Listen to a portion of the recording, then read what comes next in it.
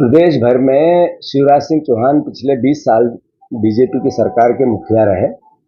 उन्होंने 1 लाख बार किसान की आय दुगनी करने की बात कही, भावांतर योजना की लाने की बात कही और गेहूं और धान के दाम 3100 और 2700 रुपये देने को लेकर किसानों से प्रलोभन दिया और उनसे वोट लिया।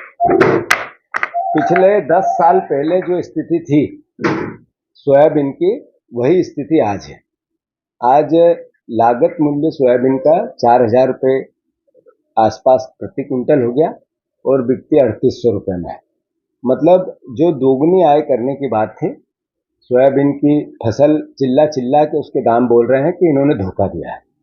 कांग्रेस पार्टी का दायित्व है, विपक्ष की भूमिका। हम किसान न्याय यात्रा पूरे प्रदेश में लगातार इस मूवमेंट को किसानों के हित में उठाएंगे। मैं किसान भाइयों से आग्रह करता हूं, प्रार्थना करता हूं कि ये दलगत राजनीति का विषय नहीं है, ये आपके बच्चों के भविष्य का विषय है, इस देश के मर्म का विषय है। जब किसानी की बात आती है, खेती की बात आती है, एग्रीकल्चर की बात आती है, तो स्वाभाविक है कि देशभक्ति की बात आती है। सेना का जवान सीमा पर रह के सेवा करता है और रक्षा करता है देश की। हम सब चैन से सोते हैं, उसी जवान को अनाज पैदा करके आप देते हो, किसान के बेटे देते हैं। तो जितना देश का सेना का जवान देशभक्त है, उतना ही देश का किसान भी देशभक्त है। तो मैं आशा करता हूं कि जब हम किसानों के हितों की बात करेंगे तो इसमें दलगत राजनीति से ऊपर करेंगे, कांग्रेस बीजेपी से ऊपर करेंगे। हमारे मुख्यमंत्री हैं मोहन यादव, जब आज 9 महीने से वो मुख्यमंत्री है, 3100 धान के दाम क्यों नहीं दिए? क्या कारण है 2700 गेहूं के दाम नहीं दिए? क्या कारण है एमएसपी पे महाराष्ट्र में शिवराज सिंह चौहान देश के कृषि मंत्री बने आपके वोट से, मध्य प्रदेश के वोट से, और वहां पे एमएसपी पर सोयाबीन खरीदी जाएगी। महाराष्ट्र में चुनाव है, मध्य प्रदेश में नहीं खरीदी जाएगी। ये दोगलापन है या नहीं? तो मैं शिवराज सिंह चौहान साहब, ये 20 तारीख को पूरे प्रदेश में आपकी आंखें खोलने के लिए, आपके कान में जूं रहेंगे इसके लिए, आप कृषि मंत्री हैं, कि सोयाबीन के दाम यहाँ भी एमएसपी पे खरीदना पड़ेगी। गेहूं के 3100 और 2700 धान के दाम की आपने जो घोषणा की वो पूरी करनी पड़ेगी। अन्यथा कृषि मंत्री जी, आप जहां रहोगे वहां आपको चैन से सोने नहीं दिया जाएगा।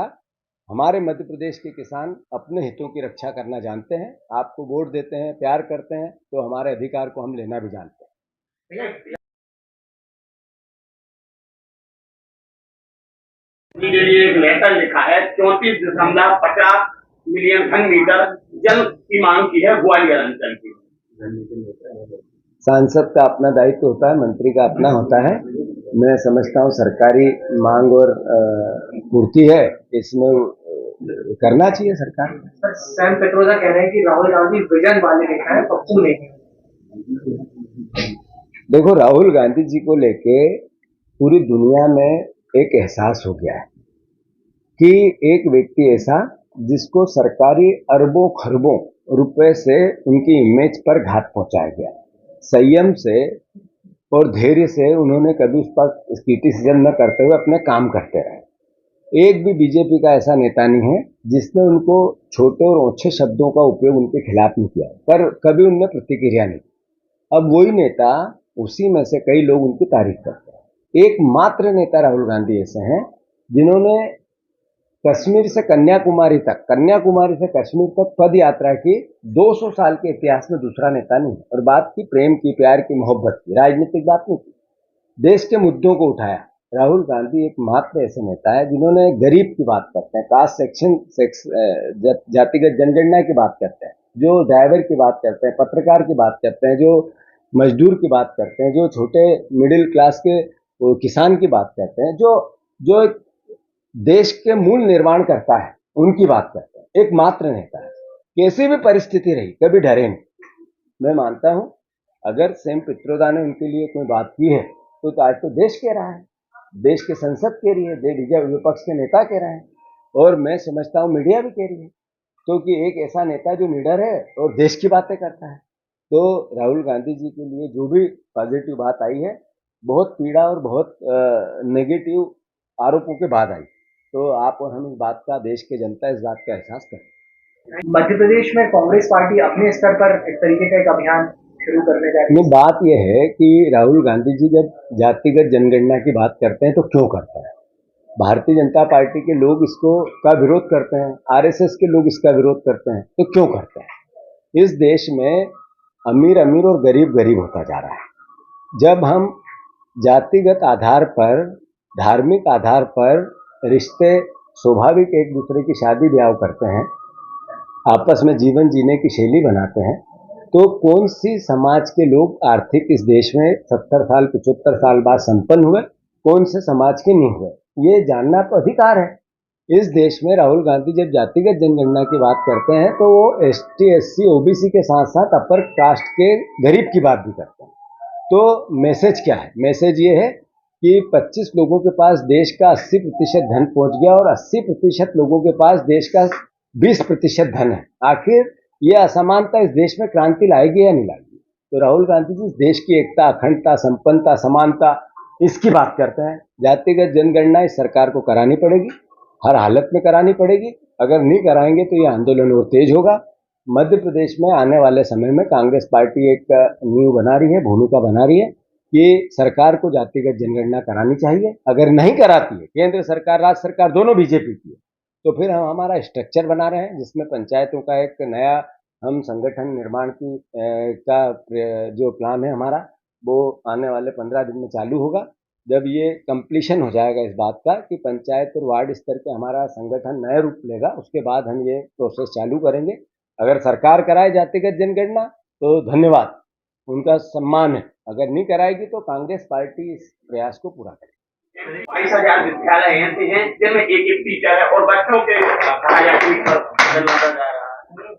शिक्षा के क्षेत्र में मोहन भैया हमारे जो अभी मुख्यमंत्री है उस शिक्षा के मंत्री हैं, रोज विज्ञापन देते हैं, बड़े बड़े इवेंट करते हैं और गुरु शिक्षक कुलपति को कुलगुरु और अलग अलग तरह की रोज संवाद करते हैं।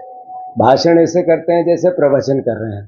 तो ये प्रवचनकारी मुख्यमंत्री ये नहीं बता पाया आज तक कि 10 साल में 50 लाख बच्चे स्कूल एजुकेशन में कम हो गए, बजट बढ़ गया, बच्चे कम हो गए। क्यों? टीचरों की नियुक्ति नहीं हो रही है, टीचर यहाँ आंदोलित हो रहे हैं, टीचरों की 40% वैकेंसियां भरी नहीं जा रही है। ये क्या महसूस कराता है? शिक्षा के प्रति इनकी जो एक तरह से कुठाराघात है उसका एहसास कराता है। अब हायर एजुकेशन में जो बच्चे 50% भी स्कूल जाते हैं उसमें से भी 25% हायर एजुकेशन में नहीं जाते हैं। तो इसका मतलब क्या है? कॉलेज नहीं पहुंच पाता। इसका मतलब है कि मध्य प्रदेश 25 साल में शिक्षा के क्षेत्र में का अति अन्यायी सरकार ने किया है।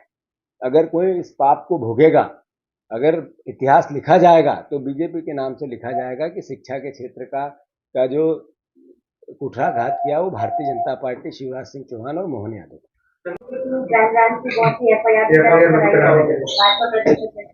ऐसा है कि मैंने भाजपा प्रदेश अध्यक्ष का भी भाषण सुना, उनके वक्तव्य को भी सुना और दिग्विजय सिंह साहब के भी वक्तव्य को सुना। दिग्विजय सिंह साहब ने ये कहा कि अगर मुझे आतंकवादी कहते हैं तो अल्टीमेटली सरकार बीजेपी की है, आतंकवादियों का सहयोगी कहते हैं तो अल्टीमेटली सरकार बीजेपी की है, कार्रवाई करनी थी। उन्होंने इस बात का एहसास कराया और जो हमारे तथाकथित स्वयंभू आदरणीय बीजेपी के अध्यक्ष जी ने कहा कि मेरी मर्दानगी को चेक करना, ये करना, ऐसी भाषा बोली। सार्वजनिक जीवन में इस तरह की भाषा का उचित नहीं होता है। आग्रह करता हूँ, मैं प्रार्थना करता हूँ कि जिस पथ पे, जिस ओहदे पे हो आप, मध्य प्रदेश की पहचान है। अगर इस पहचान में भी आप इस तरह की भाषा बोलते हो तो आपका छोटा और हल्कापन नजर आता है। कोई भी राजनीतिक व्यक्ति को इस तरह की भाषा का उपयोग नहीं करना चाहिए। समाज हमें देखता है, समाज हमें देख के अनुसरण करता है और जब हम ऐसी भाषा बोलेंगे तो समाज पे इसका गलत असर जाएगा। तो आदरणीय बीजेपी के अध्यक्ष जी से मेरा आग्रह है कि इतनी छोटी और ऊंची भाषा से आप बचें।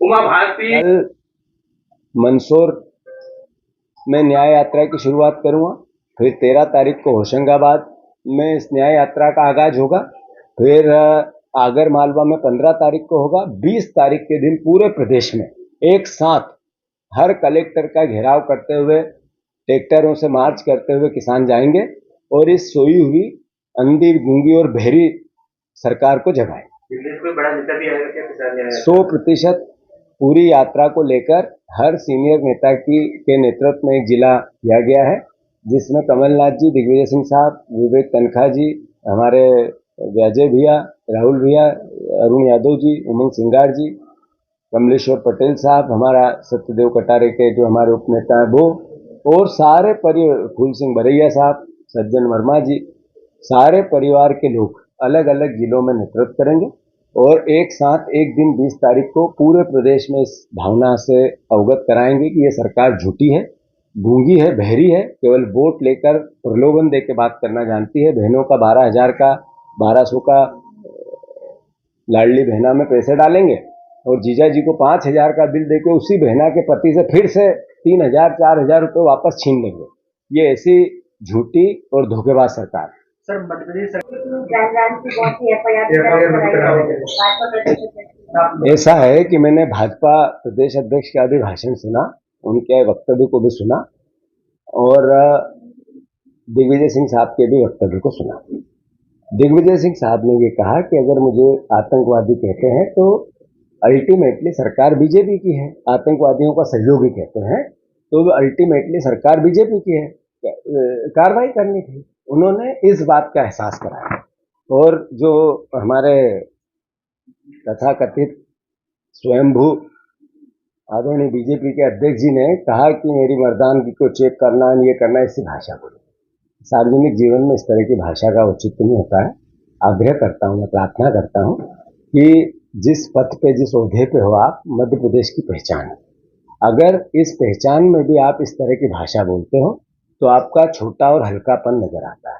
कोई भी राजनीतिक व्यक्ति को इस तरह की भाषा का उपयोग नहीं करना चाहिए। समाज हमें देखता है, समाज हमें देख के अनुसरण करता है और जब हम ऐसी भाषा बोलेंगे तो समाज पे इसका गलत असर जाएगा। और आदरणीय बीजेपी के अध्यक्ष जी से मेरा आग्रह है कि इतनी छोटी और ऊंची भाषा से आप बचें।